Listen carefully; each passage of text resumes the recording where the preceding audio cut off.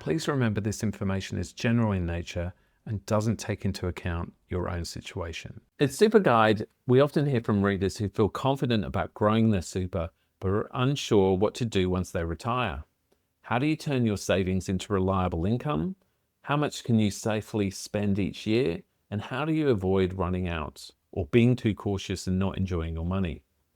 To help answer these questions, we're joined by Professor Geoff Warren, a leading researcher in retirement strategies at the Australian National University. Geoff is also a research fellow at the Conexus Institute, where he has done extensive work on how retirees can manage their super in retirement, especially through what's known as drawdown strategies. In this interview, we'll unpack what drawdown strategies are, how they relate to different retirement goals, and what practical steps you can take to build a plan that suits your lifestyle and financial needs. So welcome, Geoff. Hello, Robert. How are you? I'm very well. Thank you for joining us. So the phrase drawdown strategy will be new to many people. What exactly does it mean, and why is it important that retirees consider one? A drawdown strategy is pretty simple. It's just how much money you take out of the assets you've saved for retirement to turn it into income to spend. In the context of a super fund, it's usually the amount you decide to take out of that account-based pension or your retirement savings with super. And what that would do in that context is it would be shaping up the income stream, noting it could also be occurring with income coming from other sources. And so it's very simply that, but it also has another implication. It's not just creating income, but what can happen is the amount of money you take out of your super retirement savings is then going to impact how much is left over for you to use at other times. So it has an impact on your flexible access to the available funds. But it's very, very much central to how retirement savings are going to be deployed. So when you get your retirement savings, you can do two things need to do two things. One is allocate them into assets or maybe other ways of investing. The second is you have to decide what pattern that you take the money out in to generate that income for spending.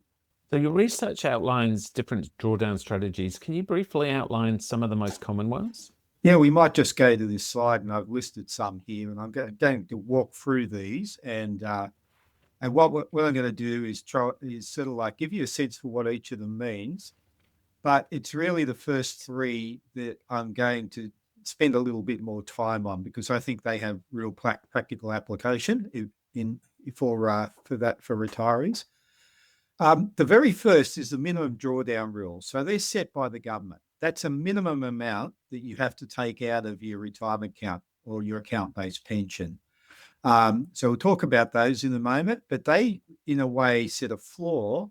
But for many, it actually works out to be the default, because if you don't specify what you're going to do to take income, you end up, the super fund will actually apply the minimum drawdown rules, and that's what you'll get. A second one is what I'd call is draw to target. And that means you have a specific amount of income that you want to draw or you want to secure each year, each month, whatever you're drawing. And so that means you're drawing enough to get to that target income. And what that does is it accords with what we call an income target objective. So your goal is to actually target a certain amount of income. And this is a sort of drawdown strategy designed to get you there. The third I'm going to call affordable drawdown rates. And what that is it's a percentage you draw. This is not a dollar amount, but a percentage that you draw from your savings that you think can be affordable. And affordable, it's a little bit tricky here to describe this. So I'm going to unpack it a little bit first before showing later what it actually means. And it's affordable in the sense you can afford to draw this amount and still have a good chance of your assets lasting through a good part into retirement, if not all the way through retirement, taking into account that you also expect to get investment returns in the future. And those investment returns are uncertain. You don't know what returns you're going to get. So what you're trying to do is sort of like optimize the income you take out to sort of manage your glide path through retirement, to balance, the risk that you might live longer than expected, and the risk that the investment returns may be not what you expect. So that's a little bit trickier, but they actually aren't that complicated, because what can be expressed in is just a schedule of the percentage you might draw each year. And we'll talk about later how you might implement that, and that's going to be difficult. But I mean, in theory, that's the way that it happened. I'm presuming that in Australia, the top one is probably the most common one that you see, and I Yeah. guess there's a misassumption that it's a recommended amount, or a suggested amount at least, because it's a minimum amount. But yeah, do you have any kind of insight into in Australia which of these strategies are most commonly used? I think it's the first two we see. The minimum drawdown rules, definitely, maybe at least 60% of people perhaps use that. And there can be a range of reasons why they will do that. One is it is the default. If you look at the most superannuation fund forms, it sits at the top. So they're putting it up. 80% of super funds are putting it up as the first one that you see, and hence you might be inclined to choose that. And there is this idea that some people view it as a sort of recommendation by the government. There's a whole range of reasons. Some maybe I even want to take a lot of money out of their super, they want to leave it there, so they choose the minimum. So there's a range of reasons why that occurs. The problem is that it's quite often inefficient, in the sense that it can lead to underdrawing on your retirement savings, and as a consequence, you don't end up spending them. And as the quip goes, you could die the richest person in the graveyard, for instance, and maybe that's not the best outcome. So they're not generally recognised as the most efficient strategy, or the best strategy, but they're readily available, so people take them up.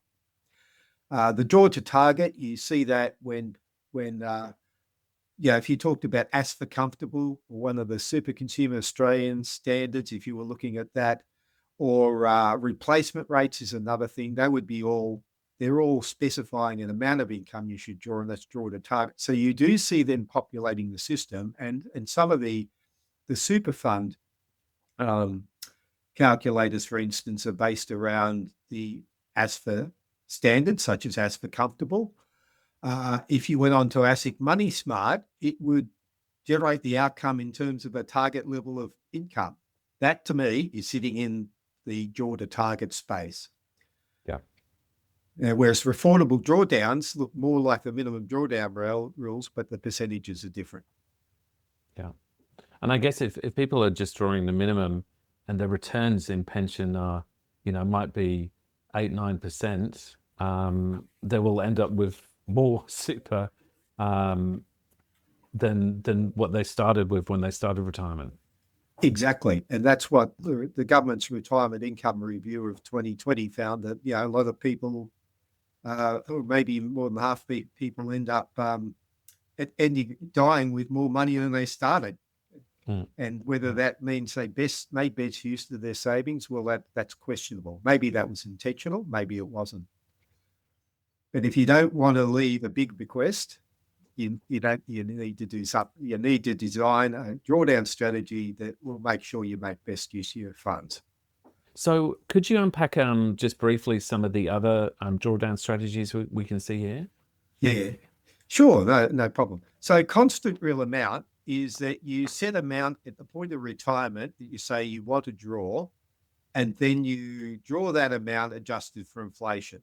It's very similar to the draw to target strategy, but the difference is it's usually based around the percentage of your retirement balance at retirement. And this is actually the dominant drawdown strategy in the US. And it's sort of known as the 4% rule. Start drawing 4% of your initial balance, then keep drawing it, that amount adjusted for inflation. We don't see that in Australia, that particular approach, or we rarely see that, but that's out there in the US. I think it's a variation, as I said, a draw to target. It just has a target determined a different way. Dynamic rules are really a set of rules to say, let's sort of draw a certain amount and then adjust it depending on investment returns based on some rules. There's many variations of this, but one might be that it might be used in conjunction with a bucketing strategy where you put a certain amount aside in a bucket to deliver near-term income, and then you have these rules for topping up that bucket depending on the investment returns, and then you vary how much you top it up depending on whether the investment returns are poor or they're good. And that then can impact on the amount you draw over time, such that if you suffer bad investment returns for a while and your income bucket runs out, there's these rules to say, oh, maybe we shouldn't be topping it up now. And maybe we need to cut back income, or rules to say if investment returns are better than expected, can be topped up. So there's many variations of that. And in fact, the academic literature in the US is full of different rules of this type of nature. A hybrid I would describe as aligning with the baseline plus aspirational type of income objective. So why call it a hybrid? Because there is a target. The target is to make sure you draw a baseline amount, the minimum amount you need to, say, your regular living standards, and then the rest you treat as like, all right, I can take a bit of risk with that. I can have a bit of flexibility. That's the aspirational component, and you would draw them differently. So you definitely make sure you lock in the minimal amount, and then you would go from there and decide what rules you apply around the aspirational element and how, both in the way you invest it and the way you draw down on it. And then finally, I'm just going to mention full-scale dynamic optimization. If that's a mouthful, it is, because it's an academic term and you'd never see it used in practice because it's just too complex. So I'm just putting it there for completeness. But we might be able to drill down to the first three a little bit more, as I think they're the relevant ones here. So this final one, the full-scale dynamic optimization, is that like a best practice in terms of it gets you the best results, but it's just too complex to implement? Yes. It's right. Like you rerun your model every period, depending on what's happened to your investment returns and your life expectancy, and so actually, the affordable drawdown strategy is a simplification of that. Says we're just going to apply these percentages throughout. But what would happen is if you're running full-scale dynamic optimization, the percentage you drew would vary over time depending on experience. I guess for a retiree, who might be bamboozled at this stage, I guess a key part of it is just knowing what you understand, what you can actually understand and implement for your own goals. I couldn't agree more. And I think when we get to the end, let's talk about how we implement this. And to some extent, what I'm doing here is setting out the landscape. I'm sort of saying this is the theoretical base we're operating with, the concepts we're operating with, and then we can talk about how do you actually do it in practice. And I have to say, unfortunately, the super industry is currently not doing a good job of making it easy for an individual working off their own bat without a financial advisor to implement it. So how do these different strategies relate to different retirement goals? Well, the minimum drawdown rules and the affordable drawdown rates do work towards trying to optimize your income. I'm going to put minimum drawdown rules in there. They're very similar in nature. They're just not the most optimal percentage rates, while making sure that you always have some money left over, because they're a percentage rate. You can't draw 100% of your money down if you're drawing a percentage. So they sort of catered to that. And what happens is that then because it's a percentage, and if it's a fixed percentage, what will happen is your investment returns fluctuate. Your values drawn will go up and down. I might go into some slides here to illustrate it. So this is the minimum drawdown rules. So, and what they do is they start off at 4% up to about age 65, and then they step up over time, for instance, and get to a 14% by the time you're at so late 90s, into the rest of your life. Now you might say, oh, we're drawing more and more, but remember what's happening here in the background is you're also been drawing down, so your account balance is going down as well. So the amount of income you're drawing is hard to say. If we move on to this is what a minimum drawing for the minimum drawdown rules would look like. Now, what it delivers, and first thing to know, let me just explain these charts so that you can understand them. Firstly, the black line is what you'd expect to get, assuming you got the investment returns that you expected. And what I might note about that is to see how it's quite jagged and bumpy. The reason is because of that chart I showed you before. We're stepping up the percentage, so it's creating a jagged pattern. The grey is a range, like a 90% range. You're 90% sure that you're going to sit somewhere in that range over time in your income. And you can see they're quite variable. And this is designed so that down the bottom there is the age pensions is somewhere near the bottom of that chart, but you never quite get it. There's always some income being drawn, even under bad experiences, but your income is going down over time. The other thing I'd note is I picked out one path. This is like the range of things, the likely outcome, and the range of things that could happen. But when you live through this, you're going to live through one specific set of investment returns. And what happens is you're going to get a random variation of income. So you can see that blue line is just one particular series of sequence of returns, and you may notice the income bumps up and down and goes all over the place. So what this says is, firstly, I'm going to say the minimum drawdown rules, they tend to maybe not be high enough early in retirement. So you tend to sort of not spend enough earlier when you can, and there's a good chance there'll be more left over at the end by the time you die, and you don't fully utilize your savings, which could be a problem unless you're happy to leave funds behind. It will generate volatile income. So it needs to be somebody who doesn't want stable income, but has ability to tolerate some volatility in your income.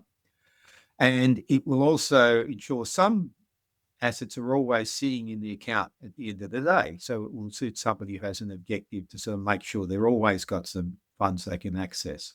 Let's go to the affordable drawdown strategy. So as I mentioned earlier, the dot points over the side explain what's going here. It's a preset schedule of drawdown rates. They tend to increase with age. So it looks like the minimum drawdown rules, percentages are different. They're smoother and they're a bit higher. And you end up with variation over time depending on your investment returns. And what you can see here is a much smoother chart and one that tends to be higher.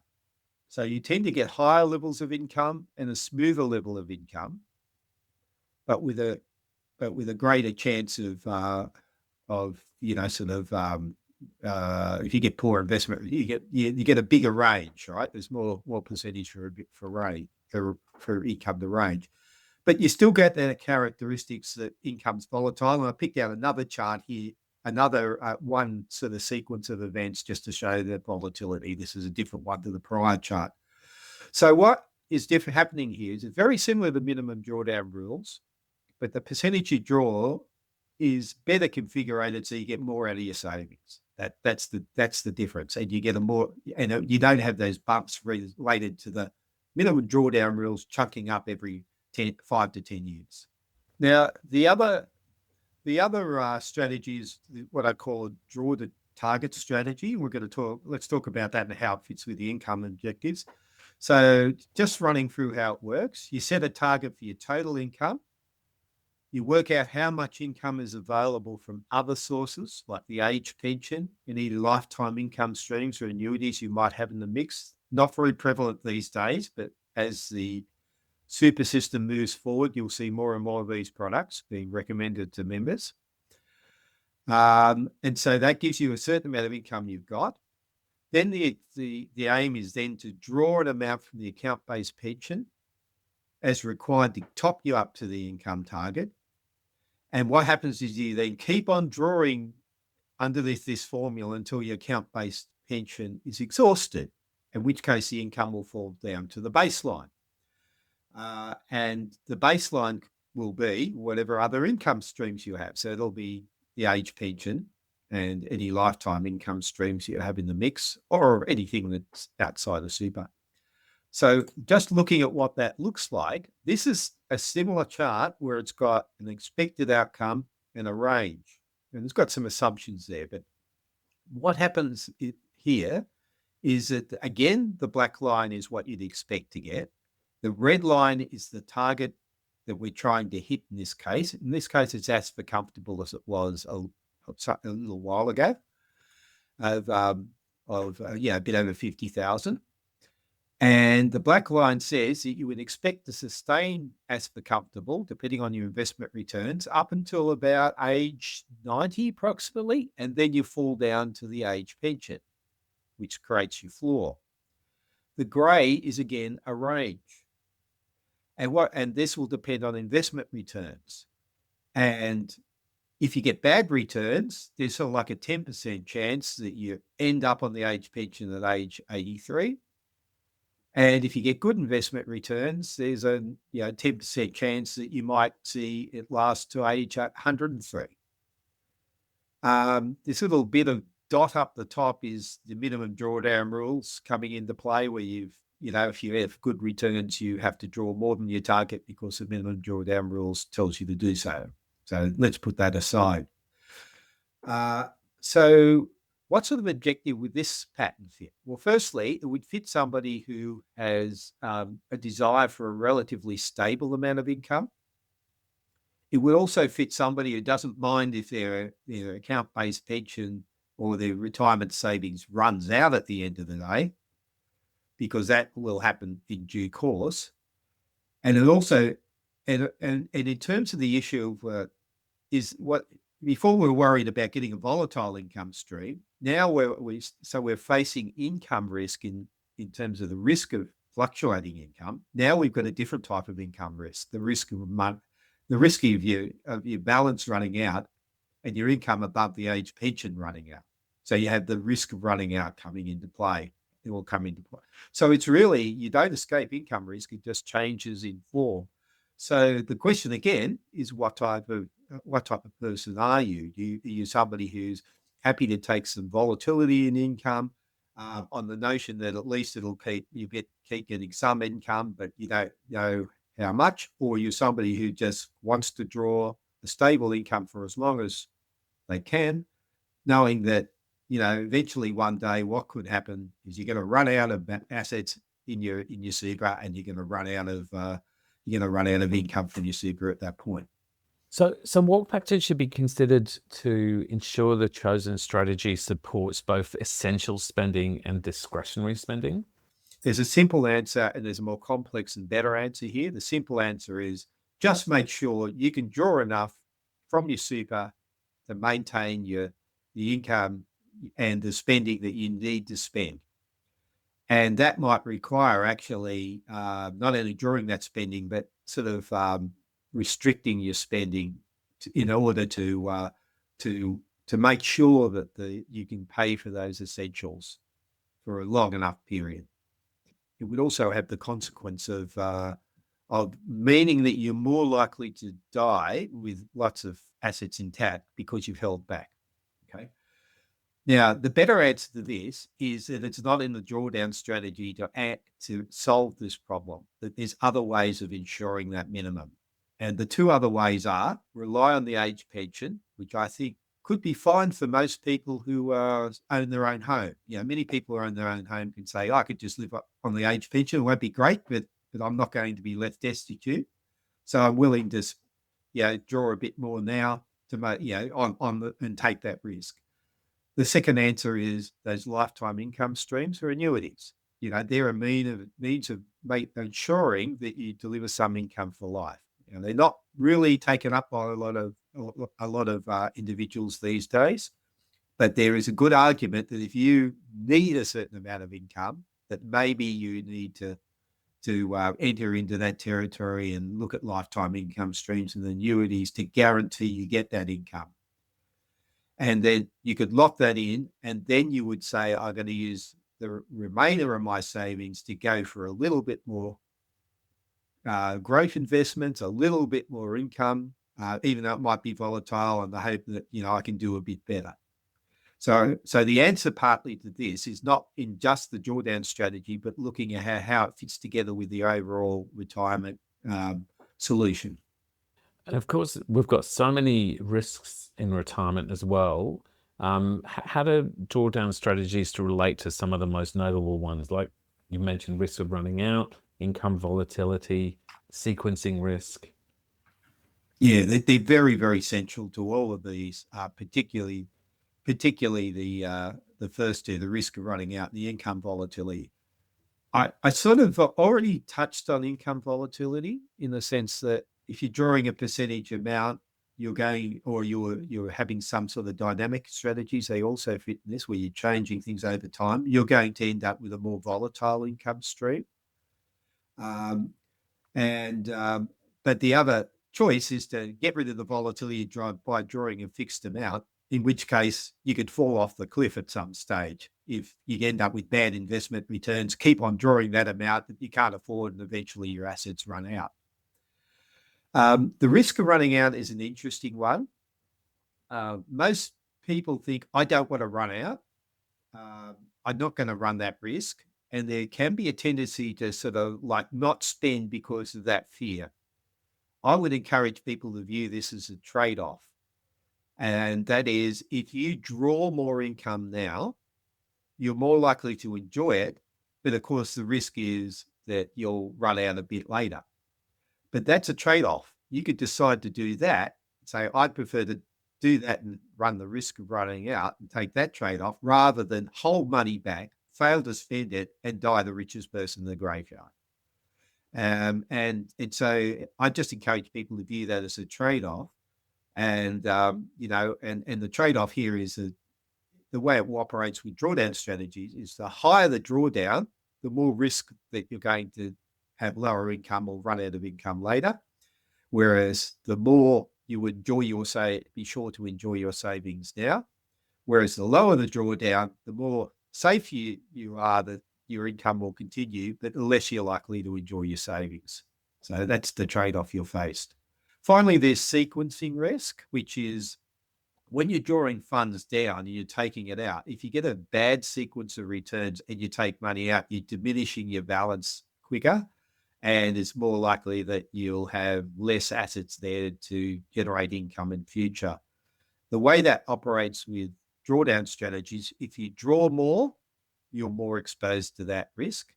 And if you draw a fixed amount, you're more exposed to that risk. And the reason is if you end up with a bad investment return and you're drawing a certain amount, you keep drawing it, you're drawing out a higher percentage of your balance. Whereas if you're running to a percentage drawdown, like the minimum drawdown rules, when your balance goes down, so does the amount of income you draw. And therefore, it still makes it still has some sequencing risk impacts, but they're much diluted when you're drawing a percentage amount that automatically adjusts downwards when you get a bad return. So is sequencing risk only a risk really at the start of retirement, or is it kind of throughout? It's more of a risk at the start of retirement. Yeah. The general rule is it's more of a risk when you have more money invested, because that changes your balance more. So what happens is at the start of the retirement, you have the maximum amount invested. So a negative investment return at that point can have a larger impact. And as you draw down your balance, the impact is diminished. I would also caution people about worrying too much about dealing with sequencing risk. My analysis is it's not a huge risk. It is a risk, but it's not a huge risk. And in the overall scheme of things. And often part of the answer to get rid of sequencing risk is reducing the risk you're taking, but that can also reduce your expected income. So if you try to set out to address sequencing risk, what can happen is that the cost can be lower income overall. And so there's nothing, just dealing with that alone and setting out to deal with that alone, I think is fraught. You need to look at it within the whole picture as well. So in the bucket strategy, if people use a bucket strategy, does that kind of minimize that sequencing risk or even get rid of it completely? Or I don't think it gets rid of it. Nothing gets rid of the fact that if you have a bad investment return, you can afford less income. That nothing changes there. What it does is it tweaks it at the margin from the financials perspective. More importantly, what it does is it gives people comfort from a more behavioural perspective. They feel like they're able to absorb this risk because they have some amount set aside. In a way, it's a bit of a confidence trick on yourself. But I'm not saying that that sounds disparaging, but I don't view it disparagingly. I think it actually has a lot of benefit in terms of giving people comfort in doing bucketing strategies. I would actually be a supporter of them, not against it. But don't kid that they change the underlying financials. yeah. So how important is flexibility in a drawdown strategy, and how can retirees adjust their plan in relation to changing circumstances? Yeah. I think flexibility is very, very important, actually, and to think about flexibility and how much you're willing to exercise flexibility.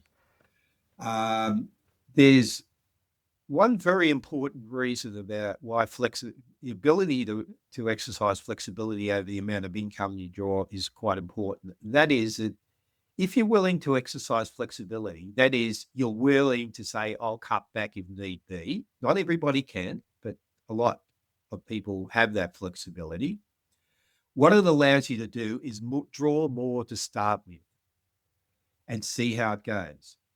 And what that means, you draw more, you get a bad investment return, you've got to cut back. Okay, that's not good. But just think about it, if you drew less to make sure your funds last, and you ended up with good investment returns, what ends up is you end up then just accumulating more assets, and which you don't spend because you're not adjusting upwards. So you can have a sort of a cost there as well. If you've got flexibility, you can start off drawing more income and see how it goes. And the chances are by the end of your retirement, you would have drawn more income. But you are taking that risk of cutting back. So for those who have flexibility, I would say use it. Use it to draw more to start with. If you don't have flexibility, then you've got to deal with that and ensure it. If you need a certain amount of income, you've got to look at making sure you're locking the downside as well, and that should become a priority. I would just make an aside here. There's some research out there that comes out of the US that has a look at people's behaviours, and it strikes to this issue about do people want a stable income stream or do they exercise flexibility? And what it tends to show is that people exercise flexibility. They spend the income they receive. That's a dominant behaviour. This won't be for everybody, but a lot of people spend the income they receive. So they're effectively exercising flexibility. And that particularly applies to the discretionary element of their spending as against the basic needs. So they always spend the basic needs, but they're willing to be flexible. So this idea that you must have stable income, I think you've got to think, do I really need stable income? Because if I need stable income, I run into other sorts of issues like I may not make the best use of my savings and so on. The other consideration under flexibility is if you were running an income target, whether in fact you should view that as not set in stone and be willing to change it. I'd argue, yes, you should definitely be the case. Because remember that chart we showed before with the income target and you're falling off the cliff? That's because you're keeping the target where it is. Another response might be to have a target and then review it occasionally. And if you've had a series of bad returns, you push your target down. If you have a series of good returns, you push your target up. So that would be a form of what I call dynamic strategy. But I think it makes sense that just because I've got a target to start with, let's not lock it in and see the set of stone. Let's every 3 to 5 years say, is this appropriate? Or maybe after every big market move, should I change my target now? Could you see, I mean, I know we're talking about ideal world, but could you see, within the next 10 or so years that super funds could actually tell you then whether you're on target and that you could adjust and things like that? Do you know if super funds are working on those kind of calculations? They are actually, super funds are actually working on these sort of issues at the moment. They're unfortunately not as advanced as they should be on this. They can help you possibly work it out through some of their calculators, as could other sort of providers. So it may be possible to work it out for yourself, but I would ideally, I'd like to see the super fund industry help members a lot more to manage their drawdown strategies and their income targets. For instance, very few super funds sort of have budgeting tools on their websites at the current time. It would be good to see more super funds with budgeting tools to help members work out how much they need to spend. It would be good for them to give some guidance based on what their income was prior to retirement, about what type of income you might expect now, and those sort of things. I think they're patchy within what the super fund's offering at the time being. So can you provide any other examples of how a retiree might modify their drawdown approach over time? It depends on the type of drawdown approach you've got. If you're drawing a given percentage, such as the minimum drawdown rules or those affordable drawdown rates, it essentially adjusts the income depending on your investment returns anyway. If you're drawing a target income or trying to draw a certain amount, then I think in that case, it makes sense to review it occasionally. A third thing you might do is, if you had a change in your life circumstances, you would probably go in and review what you're doing at that stage, such as when your partner unfortunately passes away, or you happen to have sold your home, for instance, and downsized. All those things would trigger a review. For someone approaching retirement, what steps should they take to develop and implement an effective drawdown strategy? I'm going to give an unfortunate answer that this is actually going to be quite tricky for individuals to do at the current time. And I'm really hopeful that the super industry will move forward and give them a lot more assistance. One way of doing it is go to a financial advisor who can direct you, but then you've got to pay for it, and not everybody will want to do it. So let's talk about an individual who wants to do it by themselves, is just looking for some guidance and isn't willing to pay for financial advisors to hold their hand. The unfortunate thing at the moment is when you go through your super fund, most of them offer only two options for their drawdown strategies. And there's a few other additional ones we might talk about. The first is the minimum drawdown rules, which usually sits at the top of the list. And the second is you can specify a fixed amount of income that you need to draw. About less than 50% of funds also say when you specify a fixed amount of drawdown, you can actually specify how much you want that to increase over time, usually up between 0 and 5%, or by the consumer price index or by inflation. So the difficulty you've got is there's no optimal drawdown percentages there. There's not a schedule of them. You've basically got the minimum drawdown rules. So you're left to your own devices to work out what I called as the affordable drawdown strategy. Let me go back to how that might be addressed by the industries going forward, or is currently addressed. The second thing is, if you want to draw a fixed income target, it's only applied to your account-based pension.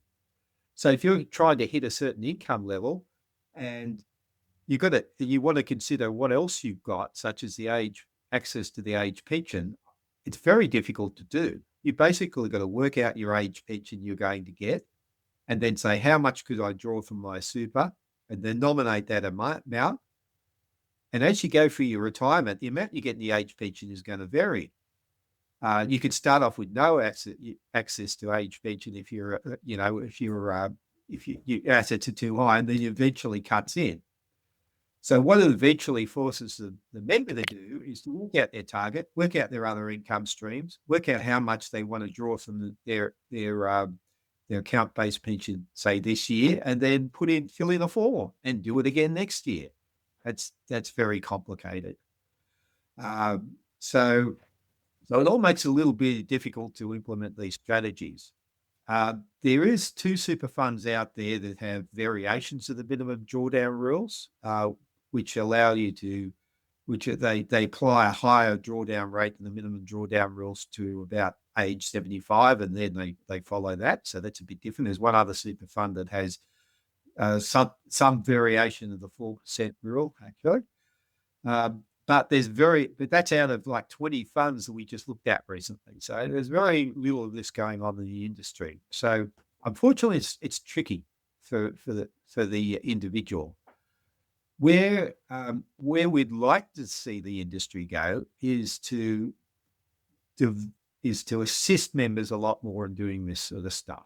So if they could just provide for an option that had a more optimal percentage drawdown schedule than the minimum drawdown rules, and one that reflected your expected, the way you've invested and what returns you expect in future, because the higher your returns, the more you can afford to draw. That would be helpful.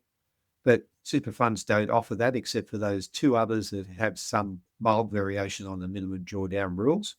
It would be also really good if the super funds were able to offer members integrated retirement solutions, where their member would invest in, say, an account-based pension with their choice of growth defensive mix. They might have a lifetime income stream. Then the super tell some information to the super fund about their personal circumstances that allows them to work out age pension eligibility. And the super fund would then say, okay, you're invested in solution, and then give them the amount of income they want. Do it for them. But we're not there yet. This is where I would hope the industry will go in the next 3 to 5 years. And it is investigating, what it can do to help members in retirement. But we're early days as yet. So a lot of what I'm talking today, I'm hopeful that the super industry will enable it in due course, but right now, it's not really there. So thanks, Geoff. That's a great overview of quite a nutty problem, and it's a shame that there's not more solutions for retirees around at the moment, but hopefully we're moving in the right direction.